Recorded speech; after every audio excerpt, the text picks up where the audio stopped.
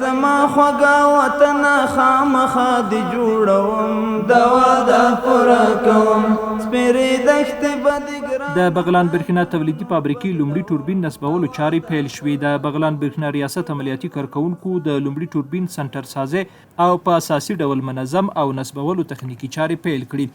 یا ټوربین د اګریګاټ برخه کې عارضه کړې وه چې له امله یې فعالیت له خنډ سره مخ شوی و چې د بغلان برېښنا تولیدي فابریکې مسؤلینو په وینا د ټوربین اساسي ترمیم چارې یې بشپړې کړي او د نصب او منظمولو چارې به یې هم ژر بشپړې شي.